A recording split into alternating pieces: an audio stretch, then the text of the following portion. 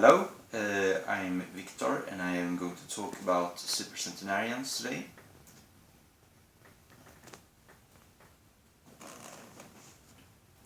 Supercentenarians, they are extremely interesting people because they are our real life examples of so-called extended life, because they actually live 20 to 30 years more than the average person.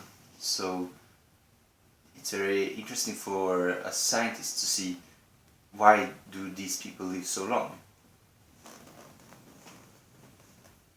And the whole point of this is the fact that supercentenarians manage to achieve this through slowing their own aging. Throughout their lives, they age much slower than the average person, and their extended lifespan is the result of this.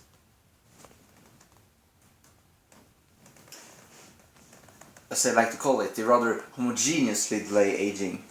Their molecular composition is younger, and their clinical functionality measured by ADL lasts much longer than the average person. And as you know, ADL, that is, for example, showering all activities for daily living, such as cleaning your house, ability to go for a walk, and think clearly, and these kind of things that makes you stay independent and function without a lot of assisted care.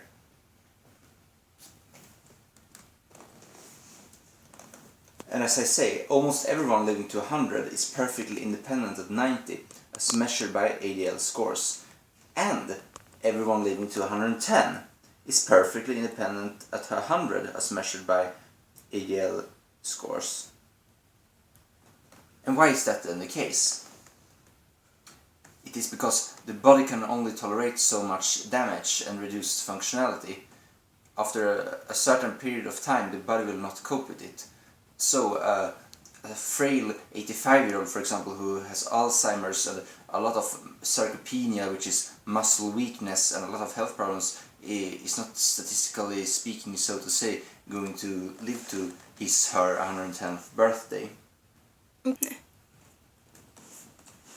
For example, in one case, the 130-year-old Hendrikje van Andelschipper, who was a Dutch woman and one of the oldest people in the world at the time of her death. She lived to 115, but at 113 she still scored as well as a middle-aged person on IQ tests. And that's very interesting because obviously a person who is well over 100 can't compete with younger people in any other physical measurement, so to say. So why is that the case then, that the brain remains so well functioning? And that is very interesting. For example, a person cannot learn a lot faster in adulthood than they did as a child, but they, on the other hand, don't seem to have a very much reduced capacity in older age in the absence of pathologies. At least functioning, which doesn't necessarily indicate how the brain's molecular structure really is, can continue to have a clinical function that is really not consistent with being over 100 years old. Here's a picture of her. So, the extra years compared to the average that the centenarians and supercentenarians have, they are mostly quality years of functioning. For example, you might see someone who is 110 and is frail and in a wheelchair, but I can promise you that person was not frail, and she or her or him was not in a wheelchair at 90. So if we can achieve them by CR or rapamycin or other ways or lifestyle, etc., if that is a possibility, that is really something we're going to want. Because 20 years means 20 years extra, 30 years extra perhaps, that means a lot in a technology. Compare the now, for example, compared to 30 years ago. And, of course, a lot of organs age at very different rates. For example, the liver has a very excellent regenerative capacity, so people who are really old very rarely die of liver failure, because the liver has such excellent regenerative properties as compared to other organs. And that is very interesting because, if, for example, an alcoholic might stop drinking and a few years later he has an almost normal, well-functioning liver.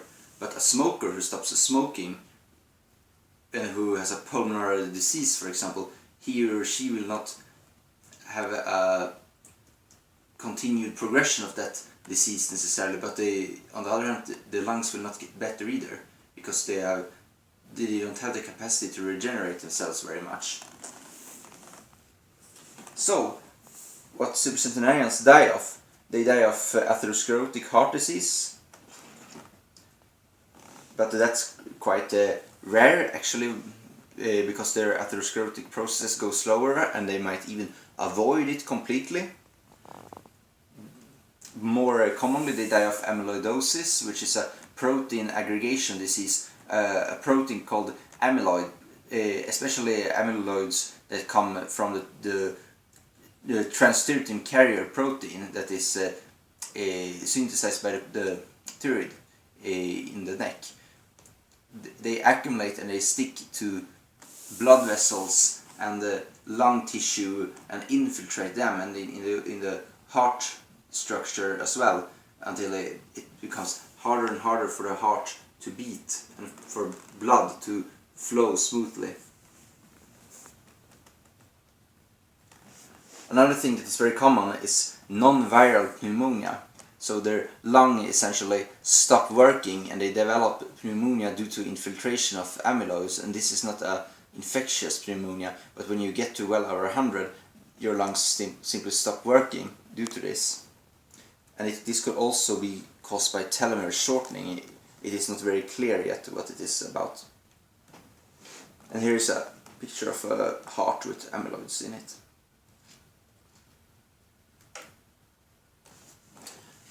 An example of slow aging is the oldest woman ever, Jeanne Calment, who lived to 122. And she was independent until 115. She was walking upstairs without difficulty until she fell. And she became frail. Eventually she had problems with her hearing and eyesight, but not with her memory. And she had also heart failure and increasing lung problems the last years. Despite that her final cause of death actually was a bit unknown. She was also not autopsied, so it's hard to say. So her number of years of old age and frailty and disability were no greater than many people dying at 85, 90. So by that we can say a normal person might be very frail her or his last years and die of so-called natural aging without a very specific disease at the age of 85, or they can die at 122. And that would be consistent with a 30% slower aging, which is a very rough measurement to call the time it takes for different diseases and pathologies to show up in the body. So it can go very differently. So, and we always learn from the exceptions. For example, the Dutch 130-year-old, she had an excellent recall from all her parts of her lives, as well as an ability to learn new things and memorize that they were similar to that of a young adult. So there's no evidence of an informational overload in an old brain. It just restructures itself. If you don't have any pathologies, your brain doesn't really have to age a lot. At least within the lifespans that we currently have, which is 110 to 120, which is the maximum. Maybe if we were all to live with several hundreds of years, we will get into unknown problems related to informational overload or something like that, but there is no evidence that it occurs in the modestly extended, so to say, lifespan that we can see among supercentenarians today. And exceptional longevity has definitely a genetic component, and the survival ratio for male and female siblings of centenarians are 17 and 8 times higher than the average. This is from the US then. And the immediate ancestor of Jeanne Calment had a tenfold greater likelihood of living to 80, but not 122, but at least survival beyond the average, which is essentially disease protection, because these people don't just age slowly and keep their health longer in many ways. They age evenly slower, because even if you're extremely healthy and you are able to exercise and maybe even run marathons at 90, you have also to avoid a lot of problems that occur despite that. For example, Jim Fix, the runner, he died at 52, but he was very able until almost the end, despite being full of atherosclerosis. But you have to both have a clinical functionality and a lack of pathologies in your body, which is kind of difficult. And here are a few genetic variants involved in exceptional human longevity.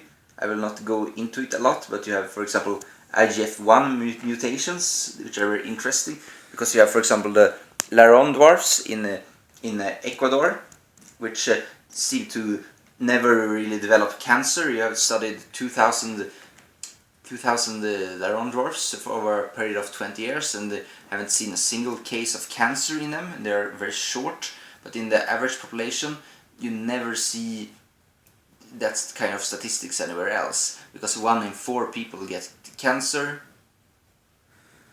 in the Western world, and that's even excluding skin cancers, so that's quite a lot. And metformin might slow parts of aging. It definitely slows glycation, which is essentially sugar binding to proteins in the body, which contributes to, for example, loss of collagen and an elastic skin, and problems with arteries. The arteries become weak, so you can get a stroke. Not a thrombotic stroke, but a bleeding stroke, where the blood vessel simply ruptures because it is too fragile due to old age. Rapamycin.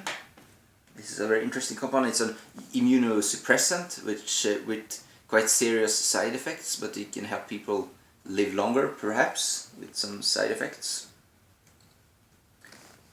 And you usually divide the really old people into survivors, delayers, and escapers.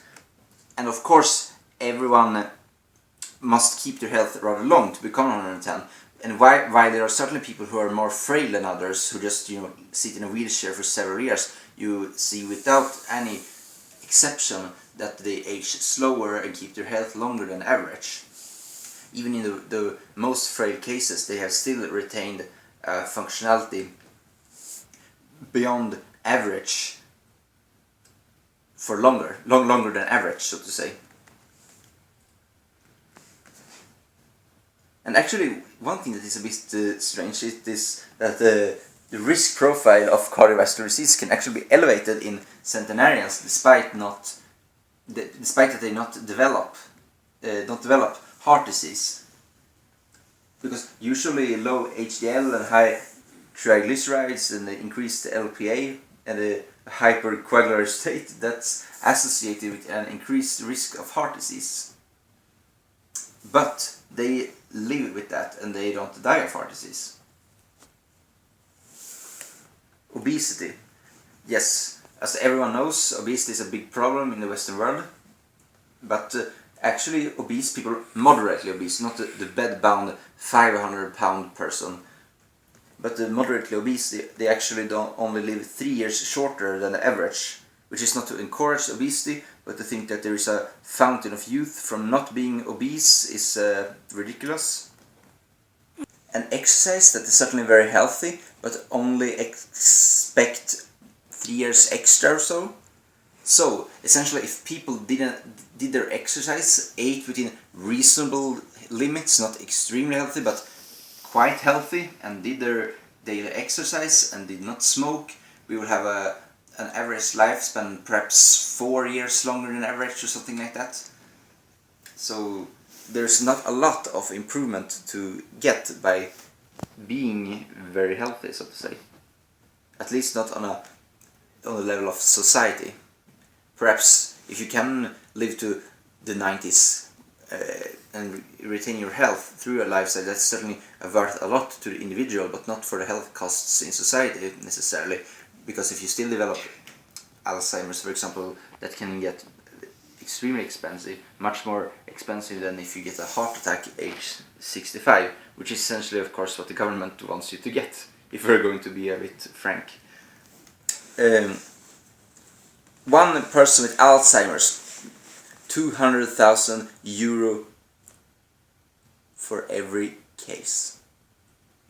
For €200,000 you could buy a large nice house, and that's what the government pays for you. Not a large nice house, but the cost of a large nice house in order to care for your Alzheimer's, because most people, they don't pay the care themselves. And the total cancer cost in the US, it's such an enormous number, I don't even know if I can pronounce it. $895 trillion,